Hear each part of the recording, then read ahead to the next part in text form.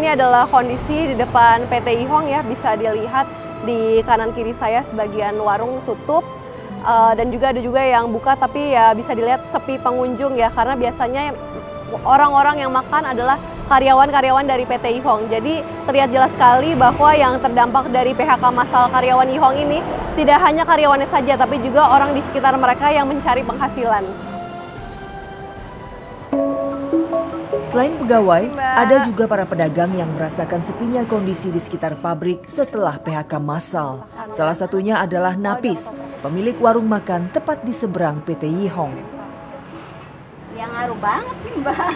Ngaruh banget. Soalnya kan biasanya nih ya kalau pagi sebelum pada masuk kerja ya, lontong, gorengan, terus minuman yang dingin tuh Mbak, kayak le mineral apa keluar semua. Oh, pada sarapan di sini iya, semua? Iya, pada sarapan semua. Terus juga kayak orang-orang yang di dalamnya juga pada pesen cuman gorengan, roti-rotian apa gitu paginya. Terus udah masuk sepi, itu masak. Habis masak terus siang tuh Mbak, warung itu sampai penuh semua, ini semua banyak sampai pada ngemper ya Bu ya? Nggak kelihatan orang, sampai ibu pelayannya itu 2-3 sama suami sama anak. Ya, sama pelayannya, sampai pelayannya dibersihin semua, ibunya nggak bisa bayarnya. Hilangnya ribuan pegawai PT Ihong secara mendadak membuat Napis dan pedagang lainnya terkejut. Tapi Napis tidak memiliki pilihan dan tetap membuka warungnya. Ia tetap berharap ada pengunjung yang datang untuk membeli dagangannya. Hal yang sama dialami oleh Masiah, pemilik warung sekaligus rumah makan. Pagi, sore, pulang kerja, berangkat kerja kan rame. Tapi kan kalau pabriknya ininya buka kan tetap lebih rame lagi. Itu orang lewat, nok rame tuh nok. Jarang mampir, ada orang mampir tuh jarang. Ada bang ngopi-ngopi, gorengan, rugi. Sekarang suung 100-200 baik abot jenok. Kalau rame kan lumayan nok, 1 juta lebih, 1.500.000, iya 1,5 juta sampai malam sih nok, sampai 24 jam. Barang sekarang coba nok, aduh sepinya anyep Pak.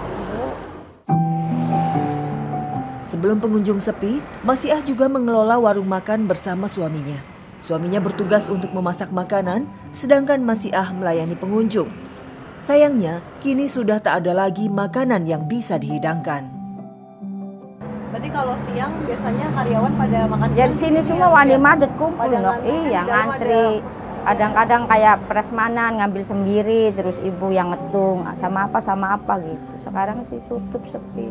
Ini nasi juga berarti pada nggak masak iya, ya? nggak masak, ya panas sih masak tuh, buat makan sendiri sayang. Iya, 8 kilo ini isinya. Terus priben Pak, makan sehari-hari ya itu udah Pak.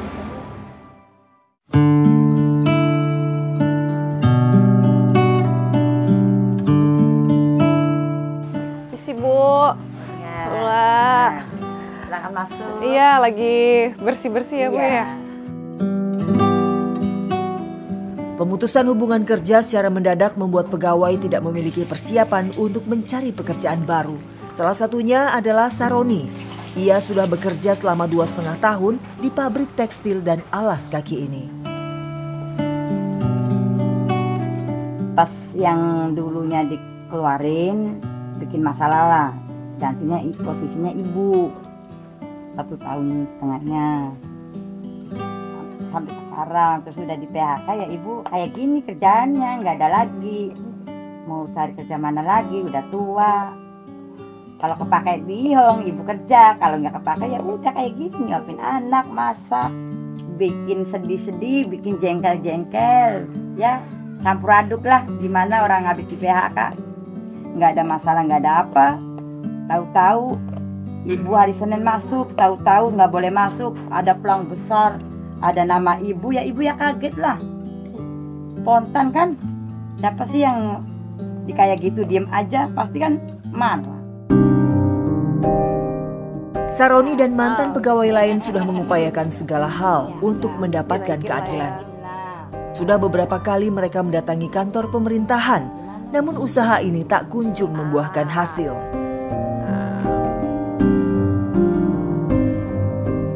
Selama 2,5 tahun, Saroni bekerja setiap hari dari pagi sampai malam tanpa libur. Ia juga tak mendapatkan uang lembur. Saroni hanya menginginkan haknya sebagai pekerja. Namun ia harus menerima kenyataan pahit. Saya mau curhat sama Kang Dedi. Gimana nasibnya ini karyawan Ihong, Pak Dedi? Tolong bantu saya dari PT Karyawan Ihong. Semoga Kang Dedi kesini minta bantuannya, minta dikelarin, minta anak-anak masuk lagi. Mau saya. Kang Dedi tolong kesini, Kang Dedi, Pak Dedi. Tolong kesini ke daerah Kanci, Cirebon, Asjab. Kang Dedi, biar anak-anak pada kerja lagi. Dia korban di PHK sebelah. Kang Dedi tolong, Kang Dedi kesini. Kasihan anak-anak, 1.150 karyawan di PHK dari PT Ihong. Nggak ada jawaban dari mana-mana. Pihak bupati, pihak kecamatan, pihak desa pada bantunya mereka ke pabrik, bantunya pada pabrik. Nggak ada yang bantu karyawan.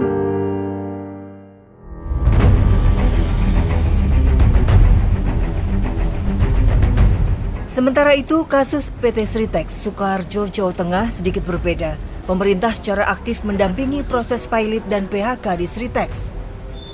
Pemerintah memastikan jika sudah ada investor yang akan mengambil alih perusahaan tekstil dan garmen ini. Bahkan Gubernur Jawa Tengah menjanjikan 10.000 pegawai Sritex akan bekerja kembali. Merasa penasaran, kami mendatangi dan menanyakan langsung kepada para mantan pegawai yang masih menganggur. Kali ini tim Indonesiaku bertemu dengan Lempoh, mantan pegawai yang sudah bekerja selama 55 tahun. Karena mulai pandemi kan sudah ada guncangan-guncangan, mungkin cepat atau lambat. Kalau ekonomi Indonesia seperti ini mungkin terutama pabrik tekstil kan ada goncang. Jadi ada goncangan tetap ada. Ya nuntutnya hanya minta pesangon, kapan, hanya nanyakan. Belum, enggak nuntut, hanya menanyakan. Karena janji dari perusahaan kan ada pesangon, dari kurator ya. Kan sudah diserahkan kurator. Ya nunggu kabar sambil berbenah di rumah gitu aja. Karena pindahan dari mes kan kita menempati mes sebelah Sritex itu. Harus dikosongin sampai tanggal 15 kemarin. Jadi sebagian banyak yang tidur di mes, akhirnya cari kos-kosan, cari rumah, pindahan-pindahan itu, pembenahan sebagian. Sebagian juga ada yang pabrik luar ya, yang terima dari Sritex juga ada. Pokoknya segera diatasi masalah-masalah pengangguran itu aja, yang nganggur-nganggur. Terutama yang masih tenaga-tenaga masih muda-muda segera bekerja, bisa bekerja lagi. Merasa penasaran, tim Indonesiaku mendatangi PT Sritex di kawasan Cetis, Sukoharjo. Memiliki luas lahan mencapai 79 hektar, membuat Sritex menjadi gantungan hidup bagi banyak orang. Tapi Ibu ini ada rencana mau pindah ke tempat lain nggak Bu buat jualan sayur itu? Enggak, katanya yang punya rumah sini, kita kan ngontrak. Katanya sabar aja ya Mbak. Tuh, ntar kan ada orang kalau sini udah buka, tapi koyone sini tahu ya dia, kok belum buka-buka itu gimana?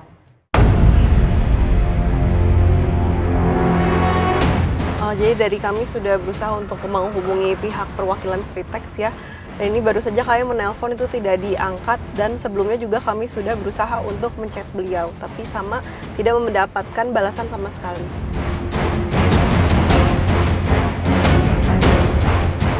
Langsung saja kami mendatangi pabrik dan meminta izin bertemu dengan pihak kurator atau juru bicara Sritex.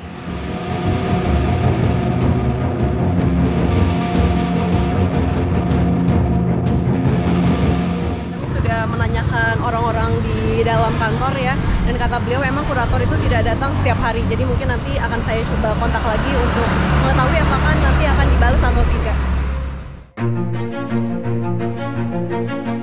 Terkait dengan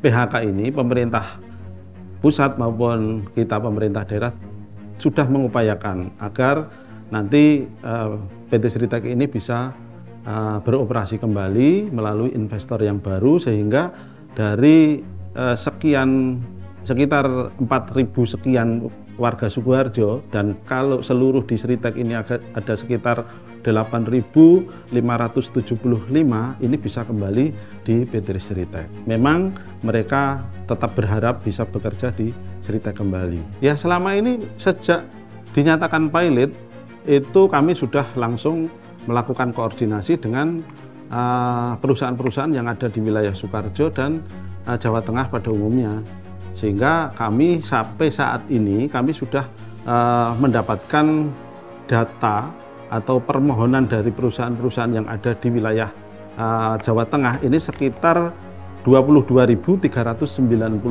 lowongan pekerjaan, sehingga dari warga Sukoharjo yang kurang lebih yang bekerja di Sritek itu ada sekitar 4.575 ini mungkin bisa terserap di Sukoharjo. Kami bertemu dengan Semianto, salah seorang mantan pegawai yang kini menganggur. Tidak memiliki pilihan, kini Semianto hanya mengandalkan istrinya untuk mencari nafkah. Setiap harinya, Sudarni berkeliling untuk menjual jamu. Bapak kalau di Sritek sendiri udah berapa lama sih Pak kerja di Sritek? Udah lama Mbak, mulai tahun 92 mungkin ya. 92. Ya. Dan untuk sekarang kan sejak di PHK itu apakah udah dapat pesangon, THR itu udah, dan hak-hak lain udah didapatkan belum Pak? Belum semua itu Mbak, yang sudah cari itu cuma BPJS, BPJS Kesehatan sama Prasi. Yang lainnya belum, sangon sama pensiun itu belum cair. Sudarni sudah berjualan jamu sejak ia remaja. Resep yang diberikan oleh kakaknya menjadi andalan untuk menyambung hidup. Awalnya Sudarni berjualan hanya untuk menambah-nambah pemasukan suaminya. Kini pendapatan Sudarni menjadi satu-satunya pemasukan keluarga.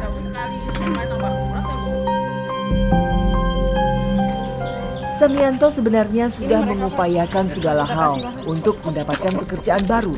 Sayangnya, persyaratan usia kerap kali menjadi kendala.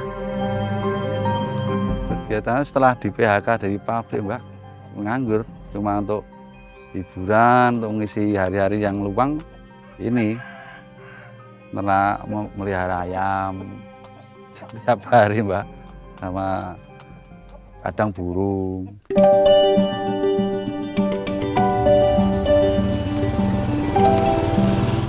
Kami juga bertemu dengan Suparno dan Suwarti. Pasangan suami istri ini tadinya juga menggantungkan penghasilannya kepada PT Sritek. PHK secara mendadak membuat keduanya kaget dan bingung bagaimana caranya untuk mendapatkan penghasilan. Kini mereka mencari nafkah melalui pekerjaan sampingan, yaitu menjual intip.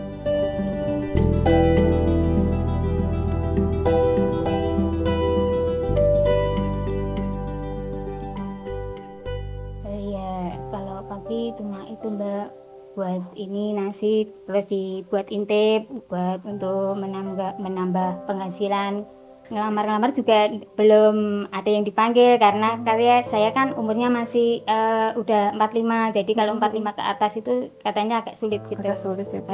Ibu perasaannya gimana sih Bu, tiba-tiba di PHK mendadak seperti kemarin? Iya, ya kaget Mbak. Sebelumnya kan juga nggak ada firasat mau PHK gitu loh Mbak, jadi kayak kaget aja. Terus saya nanti gimana, anak saya masih sekolah semua, butuh biaya, yang satu kuliah, yang satu kan masih SMP. PHK ini saya juga bingung ini nanti ya sebetulnya selalu bersyukur ya, cuma kan untuk kedepannya nanti gimana gitu loh. Mikirnya ya semoga saja nanti Sritek buka lagi, bisa bekerja lagi gitu. Per minggunya, Suwarti hanya bisa mendapatkan Rp20.000 dari menjual intip. Inilah satu-satunya cara bagi Suwarti untuk mendapatkan penghasilan. Setelah hampir 3 dekade bekerja di Sritek, mereka harus mulai dari awal.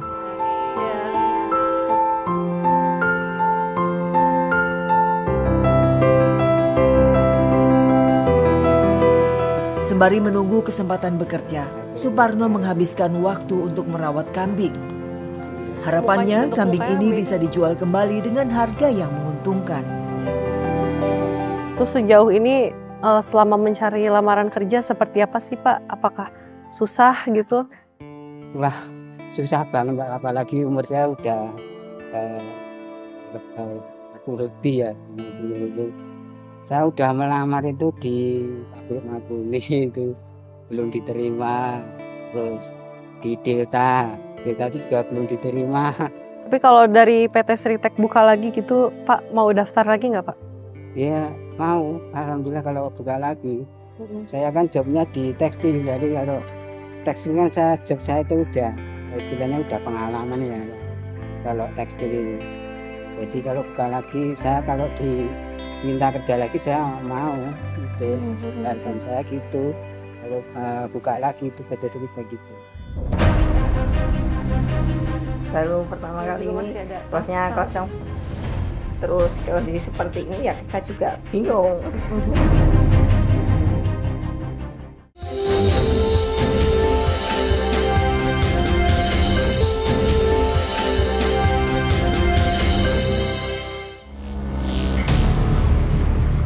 Runtuhnya PT Sritex tidak hanya merugikan pemilik usaha dan karyawan saja. Pada kenyataannya, masyarakat di sekitar pabrik juga menggantungkan penghasilan dari perputaran ekonomi yang ada. Salah satunya adalah tempat tinggal para pegawai di sekitar wilayah pabrik.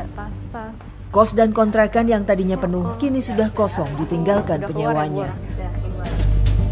Ibu ini berarti kosannya kosong semua Ibu? Ya, masih ada saat yang depan masih ada sisa. Oh ini satu ya, masih ada ya? Semuanya kosong semua. Oh kosong semua.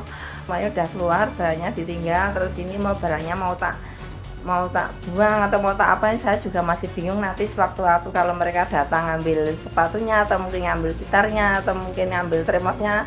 Kayak kemarin kan ngambil tremos, jadi kan saya juga nggak berani juga, belum berani. Selama 6 tahun, kontrakan milik Yeni selalu dipenuhi oleh pegawai yang menyewa kamar. Kini semuanya kosong. Yeni pun merasa bingung karena tak lagi memiliki pemasukan.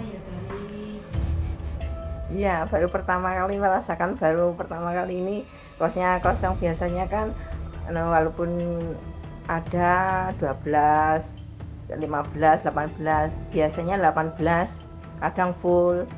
Nanti baru merasakan seperti itu juga baru kali ini. Ibu perasaannya gimana sih Bu menghadapi ini semua? Gimana yo? Perasaannya yo nggak enak juga sih, maksudnya berbeda dari tahun-tahun yang lalu juga. Terus kondisi seperti ini ya kita juga bingung.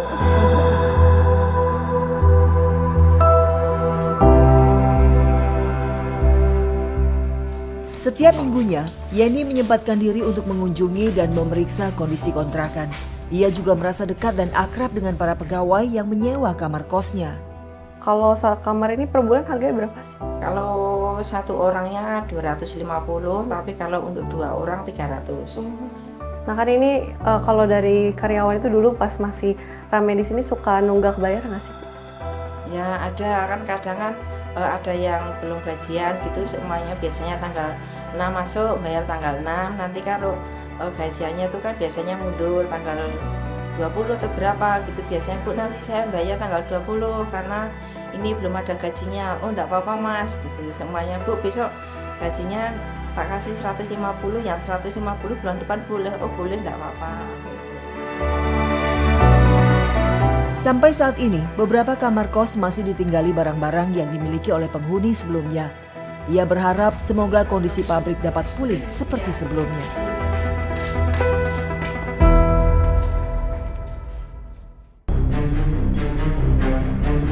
Kami juga menelusuri ruko di depan PT Sritex. Ruko yang tadinya ramai kini sepi tanpa sisa. Warung makan dan tempat penitipan motor kini tutup satu persatu. Permisi Pak, ya permisi. Kenalin Pak, saya Lula. Bapak ini yang punya tempat penitipan motor ya Pak ya? Yeah. Udah berapa lama Pak? Ya sekitar 30 tahun. Oh udah lama ya Pak ya? Ini sekarang sepi ya Pak ya? Ya sepi, monggo. Iya boleh, lihat ya Pak ya. Setiap harinya, tempat penitipan ini dapat menampung sampai 150 motor. Sejak kapan sih Pak mulai berkurang gitu Pak yang menitip motor di sini? Iya, sekitar 6 bulan. Oh, 6 bulan. 6 bulan kan sudah dinyatakan pilot. Terus yang dikurangi karyawannya kan dikurangi. Terus yang tutup sepeda juga berkurang. Terus pas 1 Maret itu total di PHK semua, sini kosong. Sudah ada pendapatan ya, tinggal menunggu nunggu seritek juga lagi. PHK massal jelas berdampak buruk, terutama pada penurunan daya beli dan perlambatan ekonomi Indonesia. Pemerintah harus segera berbenah dan menemukan formula yang pas untuk menghadapi krisis yang sudah di depan mata. Jangan sampai kebijakan yang timpang malah memperburuk hubungan buruh dan pemilik modal. Apa yang dapat dilakukan? Mulai dari pembenahan regulasi, penegakan hukum, serta pemberantasan biaya siluman.